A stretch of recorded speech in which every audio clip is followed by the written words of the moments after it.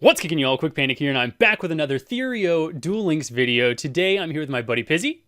Greetings. And we're going to talk a little bit about the World Championship Qualifier that started earlier this week. I believe it was on Monday. And we're going to talk a little bit about the meta, what to expect, and maybe talk a little bit about builds and techs that we've been running. Abilities are a huge tech right now. So I'm really slow on the bandwagon right now for leveling up my duel level because if you were in Kaiba Corp and you did really well in that, you got a free buy into the next round. So right now it's just like preliminaries, and we started at 15, right?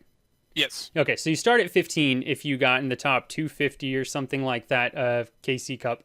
And so we basically have a free buy. I don't really have to play right now, but there are gems and what else? There's coins?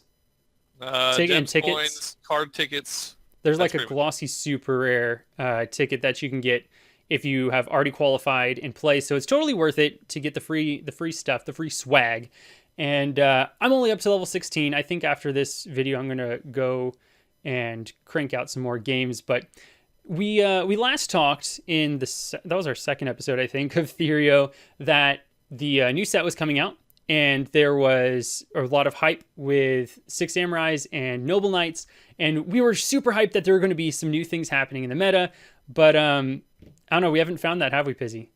Nope, I played against the same decks that I played against pre-Crusaders of Battleground. Yeah, it really seems like Sylvans are still the best deck. And, it looked like Six Samurai had everything they needed to start competing. And we would have bet our bottom dollar on it a couple weeks ago, but I've play tested it. Pizzy hasn't really play tested it, so maybe he has a better build than I do. He's had a couple cool suggestions, like using heavy starters with Mokuba to guarantee having a Grandmaster of the Six Samurai in your hand, or almost guarantee.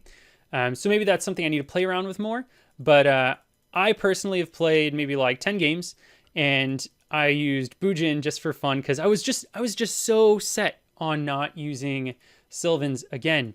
But Pizzy has made it all the way up to level 25, and he has found that Sylvans have been the way. So what have you found? Are there any changes from KC Cup or the King of Games climb that we made before this? No, the only difference is the last time we talked about it, I was back and forth between Restart and Grit, and I decided to just try Grit because it seemed to be a little bit more consistent.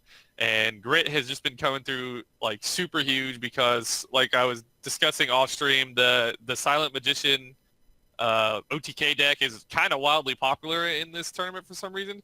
And they literally had to blow all of their resources, try to just kill you in one turn.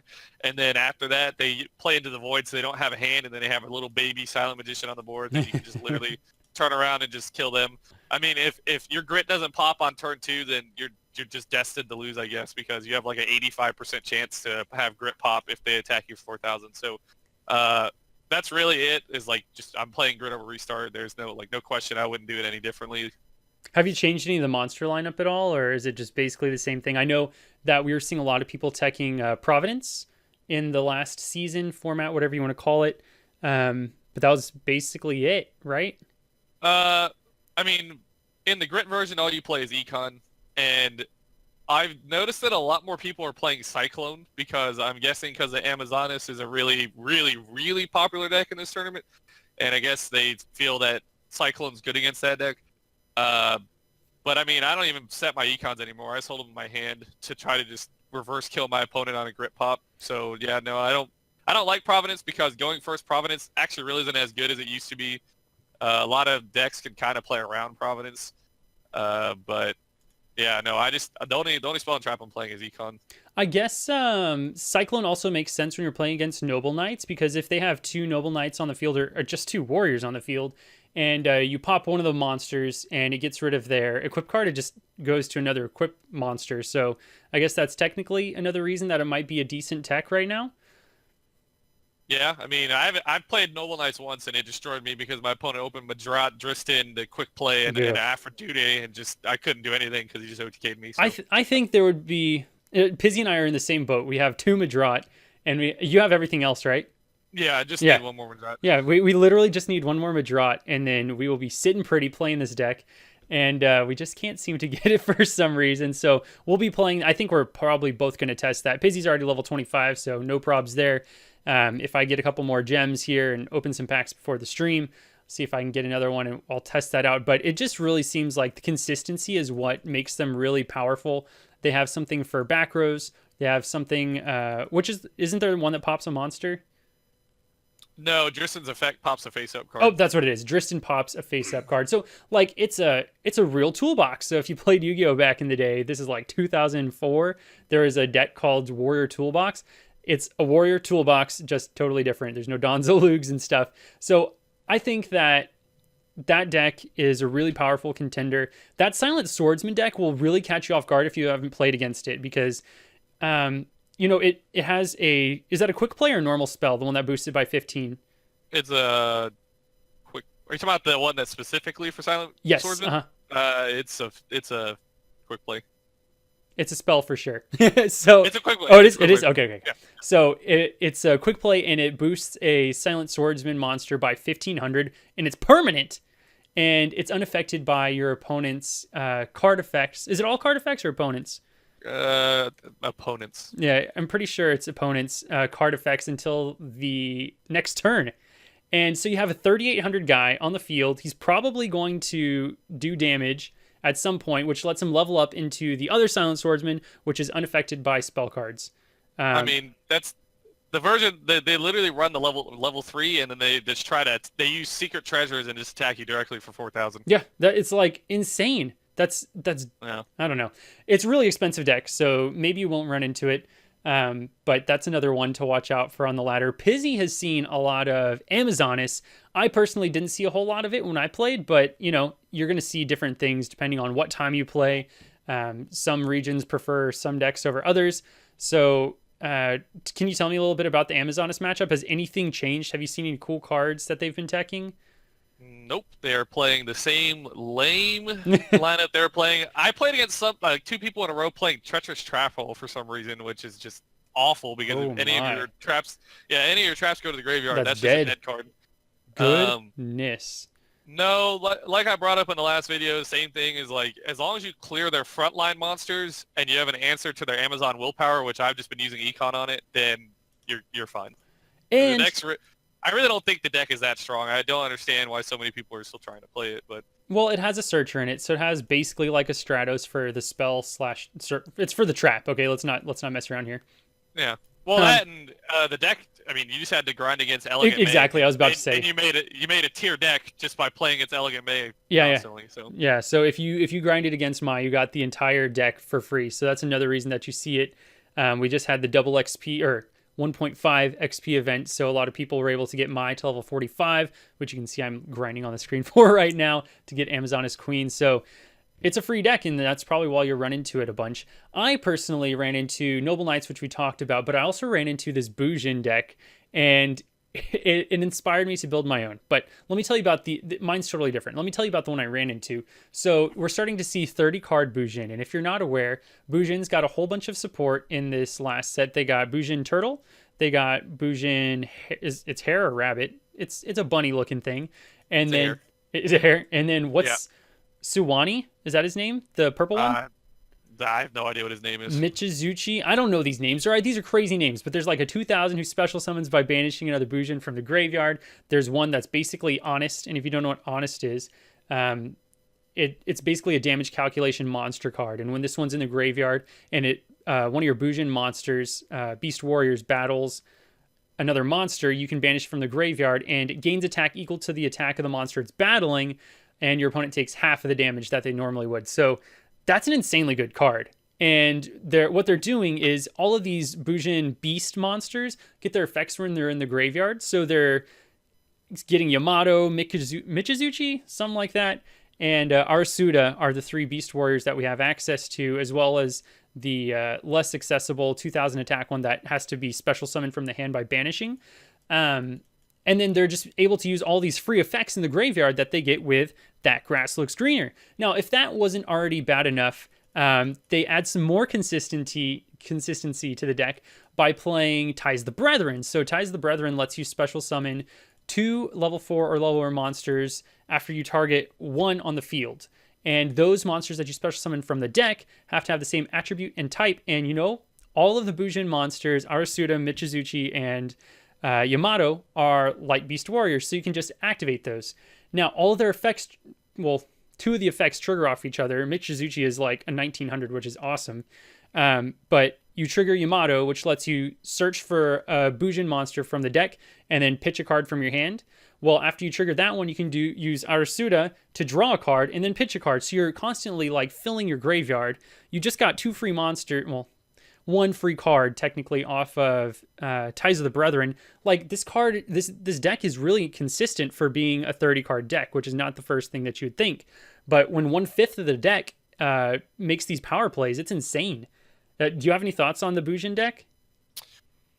I wanted to play it, and I think the first game I queued up with it, I ran into Amazonas, and I didn't really draw that well. And then on top of that, that trap just kind of ruins the deck. Yeah. I mean, I think it'll be cute whenever they like release like a balancing patch. They need like I think one more of their cards from the TCG to like actually be at full power. I think Crane's the only card. I was about to say, yeah, is that outside too powerful? Of the extra deck? But I mean, Crane would be really strong. It doubles the attack of any monster. So it doesn't have the damage either, right? No. Yeah, so that's kind of too strong, I think. Yeah, it's pretty good. So no, other than that, I mean, I like Bujin, but I still think that it'll be competitive enough if you're trying to do well in this tournament. Yeah, no, I definitely don't. I'm not saying that is a deck that you should be playing, but it's one that you should know about because there are people who already had all the Bujin cards, and all the new Bujin cards that came out, I'm pretty sure are rare or less. And so it makes it a really viable deck for people who don't have the money to spend on Noble Knights or are tired of playing Sylvans. So that's another one that you can see. So I guess we were technically right in that we're seeing a semi-diverse meta. You have people who are just tired of playing Sylvans, so they're playing things like Bujin, Noble Knights, Amazonas because it's cheap. They don't have to spend any money for it. But then you are still seeing Sylvans. And, just like we predicted, nobody's playing Noblemen. And I think it's funny that when this set was announced, the big chase, quote, chase card was supposed to be Nobleman of Crossout, and it did nothing. Has anybody activated on you yet? Nope. Yeah, nobody has activated Nobleman of Crossout on me, so that was totally irrelevant card that came out. Man, what do we need to do to make 6 Sams good? I mean, you're talking about using Heavy Starter. I'm currently using Restart because in order to get your big plays, you have to have a high monster count because you need a regular 6 Samurai to summon, and then you need Grandmaster. Well, if you want to start with Grandmaster, you better have 3 of them. And if you want to not draw only Grandmaster, you better use a good number of 6 Samurai monsters. And if you want to use Xian, that's another monster. And then when you have these monsters, they have, I guess, kind of built-in protection where you can destroy another of them, but they don't really disrupt on your opponent's turn. So it's like kind of weak. You need back rows. So I'm kind of currently working with that. Have you played any of it, Pizzy?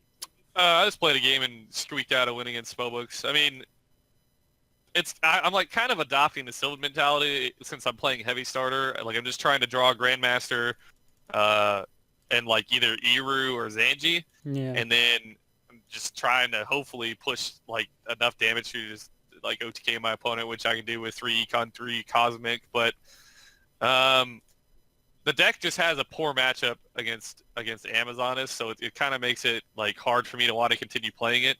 But I keep playing against heroes a lot with it, and I have a good hero matchup because, like I said, I just hold and hope they just don't have their mass change shenanigans in their opening hand, which can happen. I'm opening packs while you're talking about this, and I just got my 3rd Madrat. Oh, well, it must be really nice. I got a Thestalos, nothing, and then a Madrat. Okay, sorry.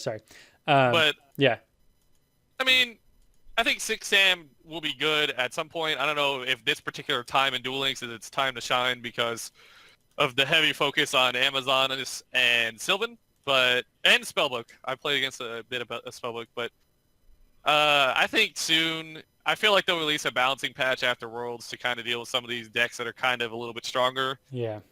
And then they just literally Amazonas and Sylvan have to be addressed, and then 6-Am will just like rise to the top, I think, pretty I easily. I don't know if Amazonis needs to be checked in that any of their cards need to get hurt, but I think in a slow format they would definitely take over. And if you get rid of Sylvans, you definitely enter a much slower format. So I don't know what the answer would be for Amazonis, whether it's like adding Mystical Space Typhoon. Well, Typhoon wouldn't even do it because it would just trigger the effect of the trap. So I don't know what balancing would look like for Amazonis. I don't feel like it's overpowered. I feel like Sylvan really is the biggest problem. I would say it's not overpowered if it wasn't being played by so many people. Like it is definitely like, in my experience at least, it is the most represented deck I've played against. Probably 85% of my matches have been against Amazonis, even though like knowingly Sylvan is better. The reason is because like I said, like a lot of people didn't like sink any money into the game. They're doing the free to play option, which there's absolutely nothing wrong with that. Yeah. But if they grinded against Elegant May, they went from like being like maybe high gold, low plat with their free to play option to like a King of Games deck. And so all of a sudden, like all these people have feel they have a competitive edge. So now they're just jamming that deck because that's all they can like afford. And so it's very frustrating to play against if you are trying to enjoy the game, as opposed like even I couldn't play it even at a lower rank because I kept playing against Amazonis in like mid plat when I was playing with a friend. So it's like I don't know, they're trying to make it a more fun and interactive PvP environment, yet they allow a deck that basically can make it to where you can't really play all that much. So I don't know. Well, they have to do something with the trap in my opinion, but we'll see what happens. well, they couldn't. Princess is the one that searches, right? Yeah. Princess would make anything like any hit to the trap kind of like null and void, I think. Yeah, well, I mean, then you could actually play removal like Cosmic, and if you remove and the then one, answer it. Yeah. then it's like, okay, bye. Like, That's true. That's a good point. yay, I just pulled my third Madra. Oh, did you really? Yeah. All right. That's what I'm talking about. Looks like Pizzy and I will be building Noble Knights for you guys and maybe have a video this week if we can sync our schedules. That's kind of exciting. Yeah, I already have a deck ready to go. I just need the third Madra. Oh, well, I need to look at that list. Yeah, I'll send it to you in a minute. Cool. All right. So right now they're also doing like Yugimoto's birthday. You're getting 64 gems a day for, I guess, 10 days. It looks like. I think it's 8 days. Or is it 8 days? What's up with the magical hats? Have you seen those? I've seen one and I got 50 gems out of it. Yeah, I saw one and I got 50 gems. Was there any explanation? Maybe I just don't read. I don't know what the purpose of it is, but you can get tickets, you can get gems, you can get coins, and you can get, oh, I already said, oh, you can get super rare, ultra rare gems, and then you can get currency gems. Huh. So That's kind of cool. yeah, it's a campaign that lasts for like 2 weeks, I think. Hmm. I don't think there's a date on here. Oh. Well, I think that's all we got for today. Did you have anything else to add, Pizzy? Like I said at the end of the last 2 videos, it's really worth just like, if you have a boosted duel level in the Worlds tournament, you got like 900 free gems or something like that if you started at rank 15. If you don't have Sylvan and you want to do well in this tournament, I continually harp on the fact that it is by far the best deck. You have to play Grit. I mean, it's just way too strong for you to try to like be cute and tinker with the build and different abilities. If you're trying to just get to dual level max, and if you don't have your invite, when you get to dual level max, you have to win 3 in a row, by the way, to earn your invite. You don't just earn it by getting to dual level max. Ooh, I didn't even know that. Yeah, I didn't know that either. And then I got there like, all right, win 3 in a row and get your invite. I was like, well, it's a good thing I have my invite. Cool. But Sylvan is by far the clear-cut best deck. If you're struggling with Amazonis, you just clear their front line with Martial Leaf. The only bad matchup for the deck is Spellbooks. So if you have a backup deck and you see yourself playing against a bunch of Spellbook, then I suggest switching. But like just use your gems. Kumashrumo is a super. So I mean, other than That's that, like the hardest rare. thing to get. Yeah. Yeah, everything else is a rare or common. It is just the best deck. Don't play anything else if you're trying to do well. Yep. That's just all I have to say about it. Sylvan is still king. Okay, so you did bring up one tiny thing when you talked about Grit. Konami released a message on Duel Links saying that next season they're going to try using 5,000 life points. And my thought is they're trying to combat the slight power creep that we're having by increasing the number of life points we have. Because right now you can just have a Hermitry and then summon a Carrot and that's game. Or a Marshall Leaf. Or a Marshall Leaf. Really? I know, Yeah. like literally anything. And 5,000 life points puts them basically out of reach. Now, you can still summon a Marshall Leaf, mill a carrot, mill a Rose Lover, banish Rose Lover, get your Hermitry, and then send a plant from your hand to the graveyard to get carrot, and that's still over 5,000 life points. But it looks like they're trying to move that direction. I mean, I don't really mind the 5,000 life points. It does make Grit kind of annoying, like Pizzy had told me earlier. And the more that I thought about it, it does make Grit a little bit more irritating, because the higher your life points are, the higher chance you have of triggering Grit. So that'll be interesting. And I don't think we'll see anybody move away from Sylvan just because they can't OTK. It still puts out this huge burst of energy. I don't know. Maybe I'm wrong. Maybe that 5,000 life points will deter people from playing Sylvan a little bit. I think that it's gonna push like other tier decks down, like Spellbooks, because Spellbooks doesn't really have like a huge burst of attack, and so like that's a really long grind game. It gives your opponent a lot of opportunity to fight back.